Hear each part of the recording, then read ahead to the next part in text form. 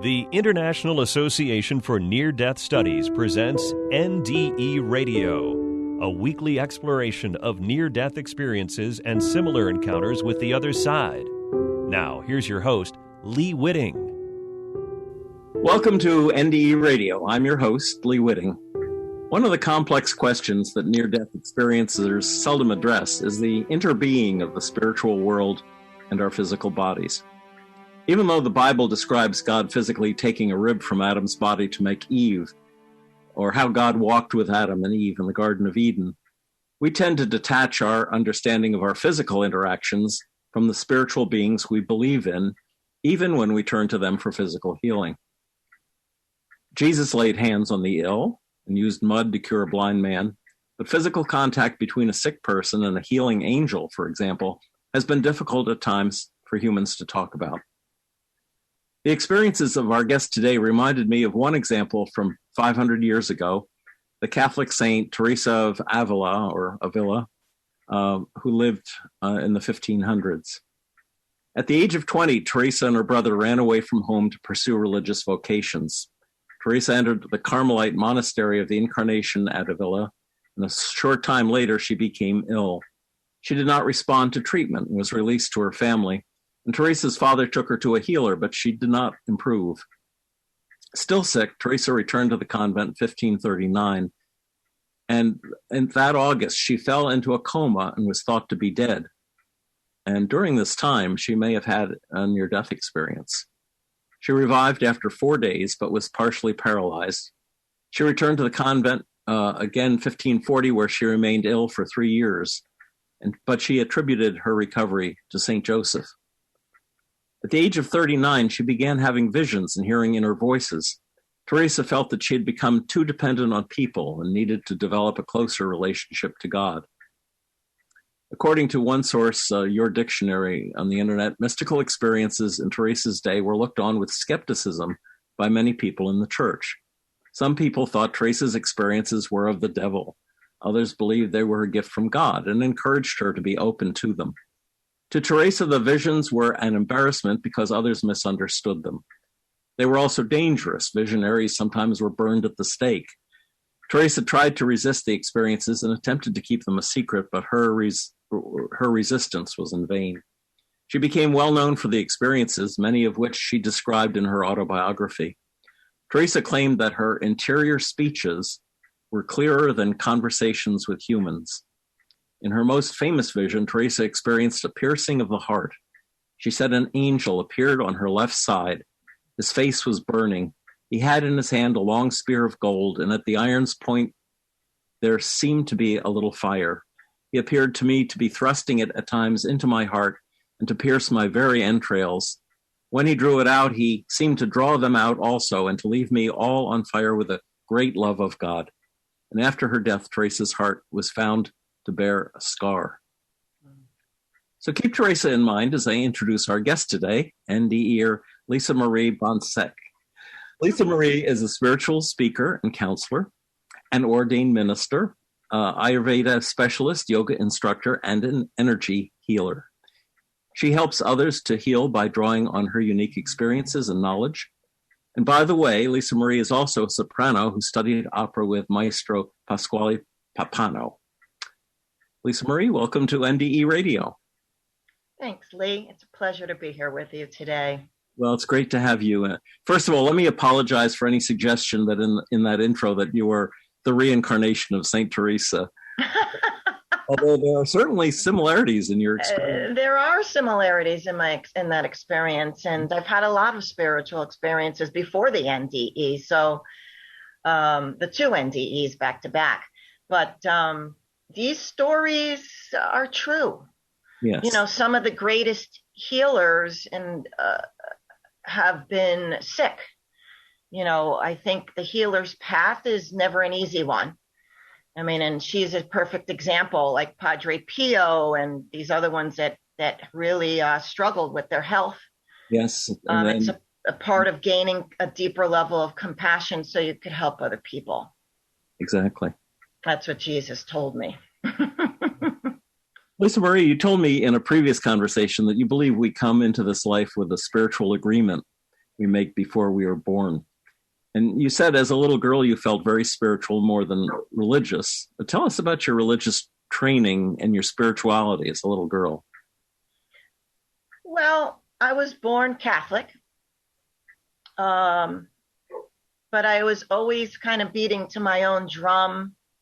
Always felt I had a higher guidance. And then my mother years later switched to Pentecostal church. So that was fun. That's where I started singing gospel music. Oh, yes. And it was great. It was a lot of fun. And I didn't really start really opening up until I started meditating in my late 20s. And then really things started opening up. I was doing Ayurveda and Ayurvedic treatments and cleansing therapies that really purified my body, my spirit, and getting in touch with my higher self with the meditation. And, you know, the rest is history. It's been a wild spiritual journey for me. Well, I think you also said you had a fascination with Jesus. Always. Yes, I didn't know why I was always thinking about that guy, I would say, because I would want to read the Bible or get a book about, you know, what was the diet in the biblical times. I would want to watch the stories of Jesus and, you know, things like that. I was being drawn to Jesus for some reason. So I always felt I had this relationship with him since when I was really young. Yeah. Well, now, what brought an abrupt end, or at least a long-term end to your perfect health, was Lyme disease. Ironically, you live, or maybe appropriately, you live just a half hour from Old Lyme, Connecticut, after which the disease is named. Exactly. And you said that mowing grass for a friend, I guess, this tick came and bit you in the right rib, and then you had a huge rash. You were bedridden. Tell us what the symptoms were.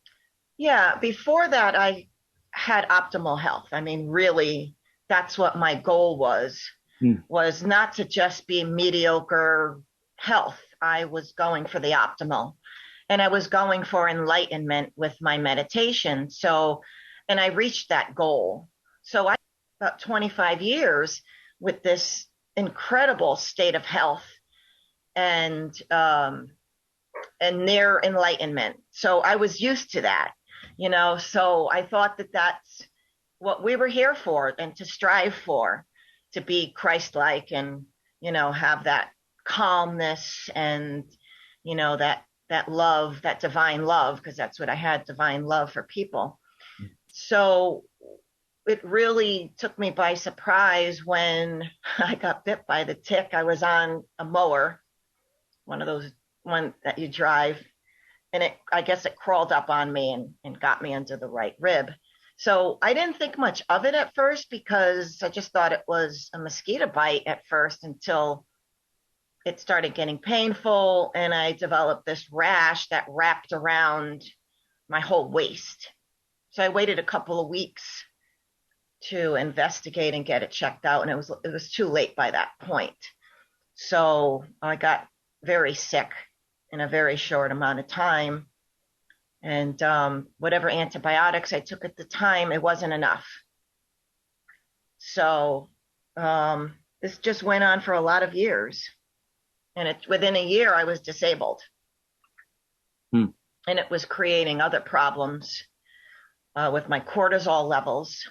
That's what led to my NDE. So, I just kept praying to God, just please. I was already in a healing type of work. My life has always been service to mankind. So I just kept praying, God, please make me well so I could help people. Yeah. So that was my prayer for a long time. So what year were you bit? Because it didn't really come back terribly until, around 2018 or so? All right. I got bit around 2000. I think it was 2008. But Wow. It was boiling up in you for 10 years. It was. I had gotten some help from a naturopathic doctor that had a homeopathic seed remedy for Lyme disease. Mm-hmm. So that was a huge help. But what happened was these other destruction to the body, to my adrenal glands, and I could not keep my cortisol levels up, which you need to survive. Yes. So that was the problem at that point of the NDE. So were your complications from my organs were shutting down. Shut down. Wow. Yeah.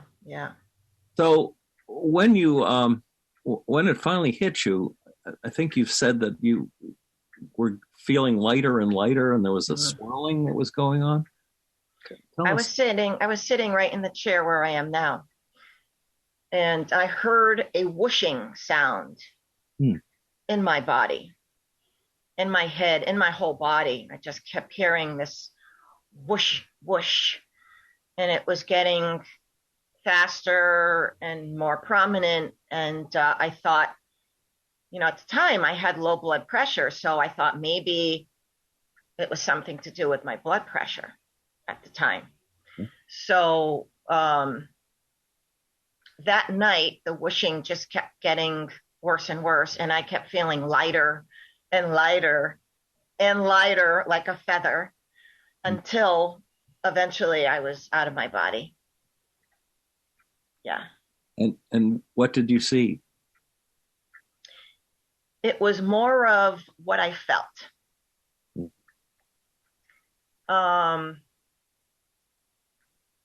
I knew I was dying, and I knew I was out of my body because I became love. I just became love. And I remember thinking, my lifetime right now felt like a grain of sand on a humongous beach. And as quicker than I could say one Mississippi, my life was gone and the weight of the world was off of me. And it felt like my life was this lifetime was just so fast and really didn't mean a lot to where I was now in this other realm.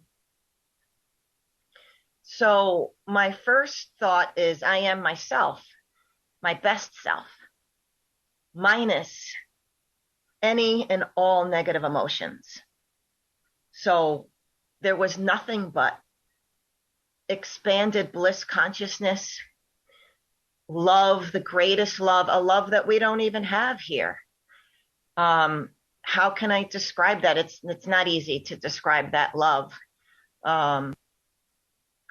I also felt the most incredible peace I'd ever known. Now, mind you, I've been a meditator for 30 years. I do transcendental meditation. I've always had a 24/7 peace of mind type of mindset and body. So, but this peace was way beyond that. Way beyond. So, immediately, Jesus came in. I did not see Jesus. I knew it was Jesus. Because when you're out of body, there's that knowledge and that all-knowing, and there's no secrets anymore. So he just swooped in and started healing me. How do I describe that healing? It's beyond my limited physical mind to try to describe that, what he did for me. I mean, this went on for hours and hours and hours. So it was like he was whipping up this energy through my core, my whole abdomen, from my ribs down to my lower abdomen. And it was in a spinning type of fashion. And I don't want to say the word magic, but it was an incredible otherworldly energy that was now healing my core. There was so many things going on at once because I was able to have that 360 vision. At the same time, there was this angel to this side of me, my left. And I was still, before I went out of my body, when I was still in my physical body, they were already there. And the huge angel to my left, which I knew was a male energy, I knew he had to be probably between 12 to 15 feet tall. And I'm not one to believe in angels with wings. I never believed in that, but I knew that this entity, this divine being, I should say, had humongous wings, probably the size of the room, close to the size of the room. So when I was still in my physical body, what I thought was the angel next to me, Jesus was here, the angel was here to my left, and then there was another angel to this side of me near my head. So the one here, the huge one with the wings, he starts coming through my body. So I felt like he was part assisting with the healing with Jesus. But at the time, I was just experiencing the experience. I knew that they knew what they were doing. I was getting downloads, lots of downloads. Jesus was telling me that I was going to be well. I wasn't going to be sick anymore, that my cortisol levels were all going to be normal. My blood work was going to be normal. So I believed that because that's where the truth is. So at the same time, when this healing was going on, I kept hearing over and over and over, "This is the day that the Lord has made. Let us rejoice and be glad in it." And I remember thinking to myself, when are they going to stop saying that? They keep saying it over and over. And at some point, I was speaking in another language. I can't tell you what that language was. It was something way beyond my physical limited mind. I went to a Pentecostal church. Some people said to me, were you speaking in tongues? I said, well, I know what speaking in tongues is. I went to a Pentecostal church. I'm not sure if it's that. I don't think it is. It was much more intelligent, way beyond anything we have here. And it wasn't anything I'm familiar with, like Spanish or Italian. I thought at the time it might have been something Egyptian. It was very fluent. It could have been a different type of tongue that they have in heaven that I'm not aware of. I don't know, but I felt at the time that when I was speaking this language, that I was also praying with them. That's what it felt like to me. Just remind the audience that Teresa also had an inner language that she said was more expressive than anything. She did too, really. Yeah. So now I think you've said that you felt that Mother Mary was there as well. I did. I felt her energy in the front, like in front of me to the left in the room. But I didn't look that way because there was just so much going on, to be honest with you. There's about 50 things going on. I was being shown, I was getting messages for friends. I had a very important message for a disabled friend of mine. So I was trying to pay attention to what they were telling me because all the knowledge was just coming in so fast. Yes. At the same time, Jesus was showing me my future. So where normally people in an NDE, they see a life review, I was being shown a future life review. And I was a spiritual speaker, which I wasn't back then in a mass kind of way, in the masses. So I was watching myself, which is kind of strange, but cool at the same time. And I'm watching myself. The first thing I thought was, oh, I'm going to be skinny again. Because I knew what they were showing me, what Jesus was showing me, was the truth. And it was going to come true at God's timing. I knew that. Because what they also said to me, what I heard God telling me was, it's not on your timing, Lisamarie, it's on my timing. And it's a very personal experience for my journey, for whoever's journey it is. They're talking to you very personally. So when he was showing me what I felt was my future, I'm watching it in awe. And I'm thinking, gee, I guess I'm going to learn a lot of new words, because some of the words I was speaking, I didn't understand. I hadn't known them yet. And the theme of the seminar or lecture was hope. And Jesus said, you must give them hope. That was the whole point of the whole mission and the journey. And I noticed, I don't like to always bring this up, but I will. But I noticed when I was doing the speech that I heard a couple of off-color words, which was not my vocabulary when before the NDE. So I just kind of went like this to Jesus and to question that, like, what's that all about? And he said something that probably only I would understand, or somebody on a very deep spiritual path would understand. He said, because I was enlightened all those years, he said, you were too pure.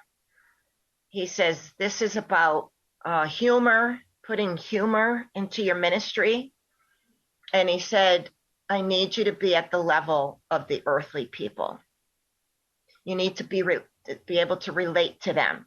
In other words, me with my perfect health and my optimal health, even though I had lots of compassion, the compassion I have now after going through chronic pain, chronic fatigue, and all the struggles of that long-term illness have made me at a much deeper level of compassion. And Jesus had said to me at the time, he said, you chose a difficult path. You chose the path of compassion. And I could feel that now. I feel my heart since that NDE. I'm not always happy about it, because I'm more emotional than I ever was. My heart, a chakra opened up during that time. So I think that, obviously that had to happen. So yeah, I watched myself. I can actually also feel the energy I had in my physical body in my future doing these talks. And I actually had more energy than before I had gotten sick. So I was looking forward to that. When you come to an event in your life, like a talk you're giving, do you recall that information was downloaded to you? I mean, does it seem like deja vu that you're there again? Well, my NDE was ironically Easter weekend. This April, it'll be 5 years. Now, if somebody's Catholic, that whole thing about them saying this is the day that the Lord has made goes along with Easter and, the religious, what happened during that time, the resurrection and everything. So I don't know if that has anything to do with my NDE or if it's related, but it's just kind of ironic. So yes, the answer to the question is yes, I have a lot of deja vu now because a couple of years ago, my family brought it to my attention that I said a couple of off-colored words and they were worried. Yeah. They were worried. They thought something was wrong. Something must be wrong because, I'm not supposed to be like this. And they brought it to my attention. And I suddenly, first I was like, why are they making a big deal about this? I didn't understand. And then my second thought was, oh my God, I'm getting closer to what Jesus showed me in the video clips that he showed me of my future. That was the first deja vu moment. You said you had a life review. Is it was it all of the future, or did you see your past as well? I saw no past. Oh. It was all about, I would assume, my purpose and my purpose getting even deeper, a deeper journey, a deeper level than even that I'd had in the 30 years prior. And, so things are all evolving. They're all going all in that direction to see what I saw in the video clips, what Jesus showed me. The Easter weekend, of course, goes from Good Friday to Sunday in the resurrection. And they were with you 2 nights, weren't they? Mm. I wonder if that's... I've always called it a one NDE because it was just back to back, 2 nights in a row. But my NDE or friends are telling me, no, that's 2 NDEs. Sometimes people have 3 NDEs in one day if their heart stops 3 times, if they're having a heart attack or something. So I said, yeah, I guess it is. So it was 2 nights in a row. And my body was pretty beat up after that, after the healing, after almost dying. And I was brought to my doctor who wanted to admit me to the hospital, and I refused because I was still partly out of my body. After the second NDE, I went back into my body and I compared it to, that show I Dream of Jeannie? Yes. And she had that really skinny necked bottle that she tried to go in.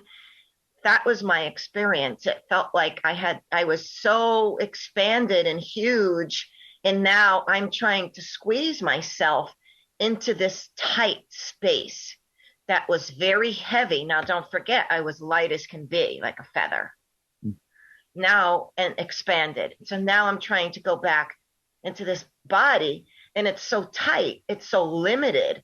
My brain now is so limited. I'm trying to process my experience.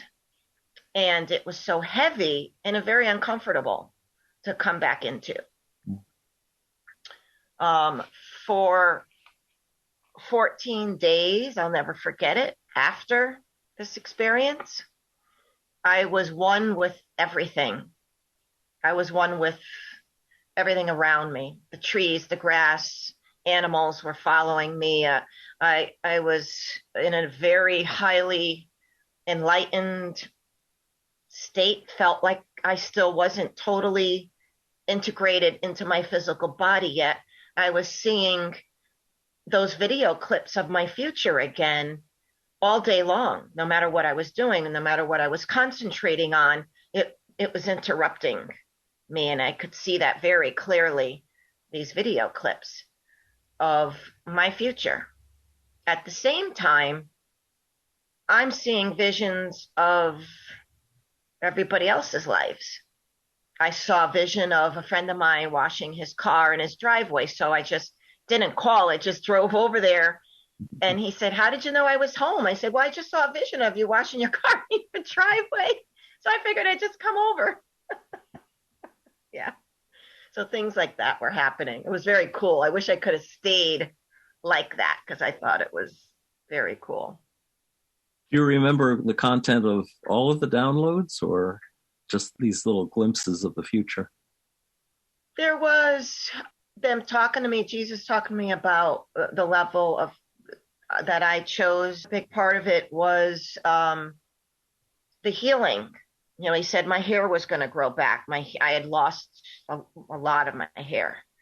So just little things like that he was telling me, don't worry, your blood work's going to look normal, first time in many years. I was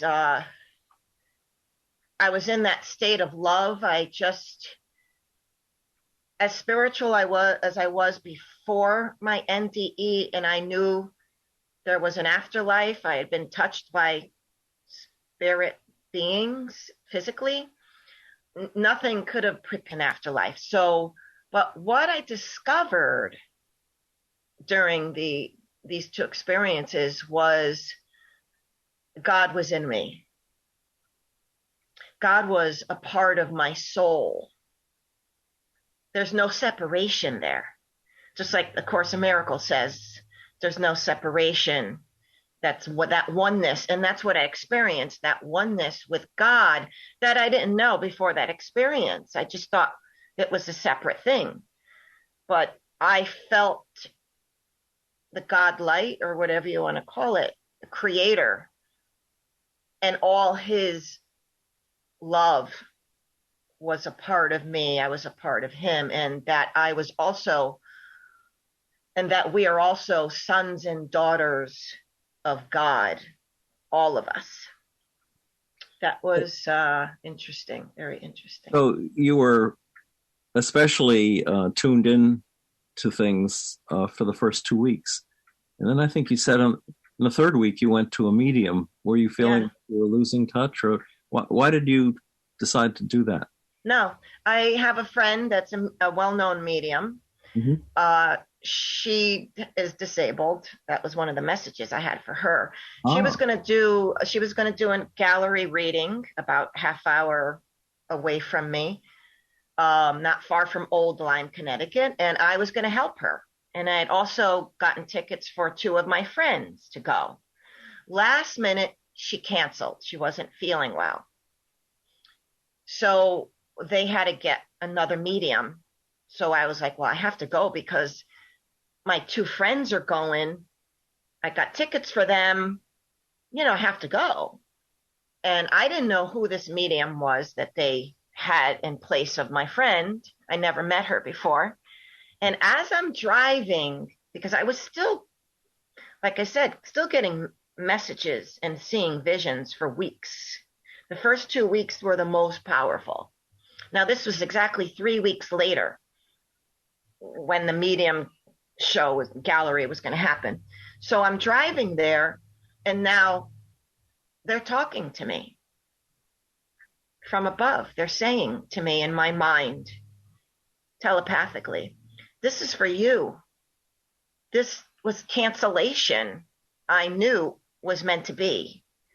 And that this other medium, who I didn't know, was going to reveal more about my NDEs. This is what was being told to me as I'm driving there, and I'm getting more excited about it. As I'm driving there, I'm like, I can't believe this is happening, So I get there and I'm telling my friends, because they're longtime friends of mine. One of them knew about my NDE story. I told her about it. And so I said to them, this is meant to be. I know why I'm here, and I know why my friend canceled and why they have this other woman. And she's going to wait till the very end to get to me. I knew exactly the way everything was going to go. And she's going to tell me, talk about what happened, right? And it happened exactly like that. So towards the end, there's about 50 people in the room. She comes up to me. Now, at this point, I just had this experience 3 weeks before, and I was very matter of fact. I knew what happened. I knew the truth. I was there. I experienced it.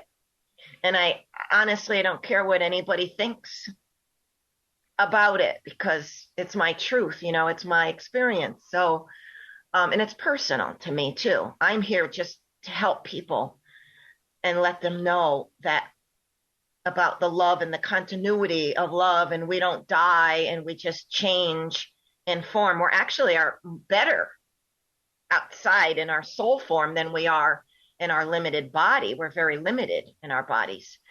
So the medium comes up to me, and her name is Celeste, and she looks at me and she sees that I look healthy. And she says, first thing out of her mouth, Jesus is here to talk to you. And I said, yeah, I know. Because I knew she was going to say that. I knew why I was there, because they were already preparing me on the drive over. So she says, he's telling me he healed you. I said, yeah, he did. He did a massive healing on me. Yeah. So she's looking at me strange. She's looking at me up and down. And she says, he's telling me you were very sick. I said, yeah, I was. I was. And then she says, she said some more. I was taping it with my phone, and I thought it was all recording. And then I found out later that that part did not record.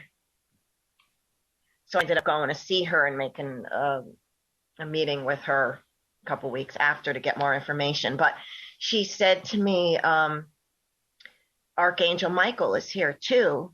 And he said, he didn't mean to alarm you or whatever when he was going through your body. He was just trying to heal you. And I go, oh, it makes so much sense now. That was my Archangel Michael with the wings. And I was like, oh, geez. I kept thinking to myself, oh my God. I just couldn't believe it. It made so much sense, because I started then investigating him, and, he just was so powerful when he was with me. I could tell that he had that feeling of, they picture him with all the armor, and he had that feeling of power. And he was huge. He was really huge, and he had those huge wings. So she started talking about him, and that he was assisting with Jesus, and that's exactly what was going on. And she said, so then I asked some questions. I said, who was on this side of me? Because there was somebody else. She said it was, I think it was Raphael, the angel Raphael. And she talked about Mother Mary also. And she was just talking about, what had happened and why. And then that was it. It was pretty short. And then I went and made an appointment with her, and she gave me more information. It was profound. It's very life-changing for me. I imagine. Yeah. I feel like I have 1 foot over there and 1 foot over here, which is interesting. It's an interesting life. But when I'm spiritually counseling people, and I'm channeling from the divine, and these words are some of them are not my words. I go, gosh, where are those words coming from? These words. And I just know I'm just happy to be there to help people in my work, what I'm here for. How far into the future were you shown? I didn't know when that was going to happen. So if that happened 5 years ago, this April, it'll be 5 years. Within 2 years was when my family had said they had noticed this change in my language and stuff. So that little bits and bits are being revealed. It's all unfolding now. So every 6 months, there's something that's a deja vu of what Jesus showed me in the video clips. How do you use this to give people hope? I mean, that's what Jesus asked you to do. I think what he means is hope that Number one, they can heal. Number two, to have faith. And faith is just believing that there's something higher, a greater purpose, something greater out there, that we don't die. We just continue on. We're going to see our loved ones. I had a friend of mine that just died, one of my best friends, last month of COVID. I was able to deal with that much better because I know he feels what I felt, that love and that peace and that incredible bliss consciousness. And I want that for him. So that helps me with my grieving of the situation. So for people that have lost children, these are hard sufferings in life. Chronic illness like I had, and other people with chronic illness, they need hope. They need hope that they can be healed. I use Ayurveda as my thing. So not a lot of people know about Ayurveda and what it can do for your health and how it can heal. So people need hope that, and also a positive attitude and a positive mindset. Knowing the tools to get by in this difficult life. Practice of forgiveness and how powerful forgiveness is, including self-forgiveness. I think the medium at some point told you he healed you because of your faith. So that's what she said. So many people who have near-death experiences develop a faith or a knowledge, even beyond faith, after the experience. In other words, the experience opens the door for them so they can see it. But this health door had faith. Right. So that's and you're right. Most NDEers overnight, when they have this experience of a near-death experience, they become enlightened overnight. But I already had the faith, and I already knew there was an afterlife, and I led a highly spiritual life. So yeah, and I had strong faith. And first of all, Jesus during the NDE gave me the impression that, no, you're not going anywhere. Like, you're not going home yet. This is not happening because I have so much more for you to do down there. So that was what he was conveying to me during the whole thing. And so when she said, he healed you because of your faith, I know that's true. I know how strong my faith was, and it hasn't changed. And now, since I physically experienced it in what I feel a physical way, his presence, being touched by these divine beings, has changed my soul. It has changed my life immensely. When you apply yourself to provide healing or even just hope to another person, do you feel that you're being guided or aided by spirits, angels? Oh, always. Always. I could feel it in me. I could feel it in my soul. And there's been a couple of times where it wasn't my job. I was talking to a handicapped man at a diner, and something was stopping me, or it wasn't flowing. And then that's my sign that I'm not supposed to be doing, this is not my job. I know when I'm supposed to be, who I'm supposed to be working with, because it just flows. And the messages that are coming into my brain and into my mind in a certain way that just flows. It's like channeling. And sometimes I think to myself afterwards, where did that come from? And it never wears me out. You hear sometimes healers, they get fatigued or something. I don't get that. I feel like I get a blessing, like I gain energy from it every time I help somebody. I was helping this woman with her dog is sick, doing a remote healing the other night, and I just ask, everybody has these spirit guides that are with them all the time. And God is with us. They're with us all the time, no matter if we're never alone, even if we feel we're alone. So you just have to call on them and believe that they're there, and they will help you and guide you. Every decision I make is guided from the divine. Every decision in my life, I wait for the answer from my guidance from above. I watched a movie last night which claimed, and I don't know how much research they did on it, but they claimed that in the Catholics' way of thinking, a cure has to be, if it's going to be called a miracle, it has to be a complete cure. It has to be instantaneous. It has to be an incurable disease. And I thought, boy, that limits. How can they place limits on how God is going to work with you? Because, there is no God. There's no description for the power and the miracles that God can do. I mean, I don't question anything anymore. Anything bad that comes, a COVID, whatever, I don't question anything because I know there's a bigger plan.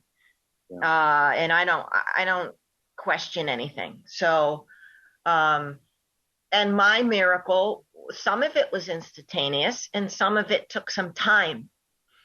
The fatigue took longer to get rid of. It did take some time. And there were some immediate things that went away. But I trusted Jesus. I remember in the shower, I was jumping up and down and screaming. And I just couldn't believe I'm going to be well again, because that's where, where Jesus says, I'm the truth, the way, and the life. All these words mean something to me now because of what I call a physical experience in the beyond, in a different realm, in my spirit self. So when they say God is love, I put all these quotes on my Facebook page, and I have this big heart and it says God is love. Well, those were just words before. And after I felt God's love and I became that love, it means so much more to me now. Even I'm the way, the truth, and the life. Yeah, because that's the life. This is really not the life. According to my experience, this is not the life. That's the life. In heaven, in spirit form, we are our best, most intelligent self, and loving. We're all love. There's nothing negative. People have a hard time believing that that's possible. But I remember thinking when I was out of my body that because I was so sharp in that form, I remember thinking, trying to compare what I was feeling with what I was feeling with my enlightenment all those years. So you can get to 50% of what you are in your soul form, about 50%, I would say 40 or 50%, if you want to work on it and have that state of mind and that life where nothing bothers you, where you're living in the now. You're living in the now. You're not worrying about the past, or not worrying about the future, and you're accepting what the plan is, what God's plan is. Right. It crossed my mind, your healing event, your 2 NDEs happened from 10, was it about 10 in the evening till 4 in the morning over 2 nights? And I thought to myself, there'll be someone who will comment on this. And they will say, well, why did it take so long? I mean, Jesus could just touch you and do everything that you needed. But you have to take into account, first of all, where he's coming from. It's timeless. It's all now. And secondly, that's true. You in this body on this earth perhaps needed that time to appreciate and understand what was going on, so that it was done, the whole thing was done for you. Right. I thought about the timing thing too. And, obviously they were there when it turned dark. It was dark, and they went as soon as it turned 4, they were gone. And it was the same exact repeat thing the next night from 10 to 4. My body was in very bad shape. There was a lot to be healed. And like I said, some of it was instantaneous and some of it took time. I mean, I had incurable diseases according to Western medicine. Yes. And when I think about the energy I have now, and I just got over COVID, recovering from COVID, and I had to do a lot of convincing with my family and friends to tell them I was not going to die from COVID, because Jesus showed me my future. And I knew I wasn't going to die from COVID. And what that experience taught me was, when I went out of my body, I was instantly grateful for all the suffering in my life that I went through. Instantly grateful. And I thought to myself, this is why we come back and do it again. And we say, oh, I'm going to go back down there and I'm going to be something else this time. I'm going to pick a different adventure and I'm going to learn. Superhero. Yeah, right. And I saw myself doing that. And I really said, this is why, because we feel so great in our spirit form. Yes. We're not thinking about the suffering, because there is no suffering in heaven. Yeah. It's bliss, peace, and love. You are love. Love that, nobody could really explain it, but I explain it like meeting your soulmate, the person, if you ever even have the opportunity to have that opportunity, your soulmate, that one person that was picked out for you. And it's more of a spiritual connection than anything else. And from day one that this is your person, and you're on cloud 9. You're on cloud 9, and your heart is filled up, and you are in a euphoric state of happiness. Okay. Think of that. Times 100,000. How do you explain that in human words? You can't. Well, we're made from God's love, and when we reattach ourselves to that, it's like coming home in a powerful way. It is. And home is a great place. I can't believe, I have to say, I can't wait for that day. It was the best 2 nights of my entire life. Nothing could even come close to that experience. God, I've been very blessed. I feel very blessed. And you're blessing others as well. Lisamarie, I'm afraid we have run out of time, speaking of time. And I want you to tell the folks, anyone that might want to reach you or find out more about you, how should they do that? That's a good question. I know you have a website. I have my website. It's called Perfect Health and Balance, all words, AND, and Perfect Health and Balance. That's my website that shows everything I do. I can also be reached on Facebook under my name, Lisamarie, one word, Boncek, Boncek. People instant message me on Facebook. I love it. That's where I do a lot of my healings, on Instant Messenger and Facebook. So I think those are the best places. All right.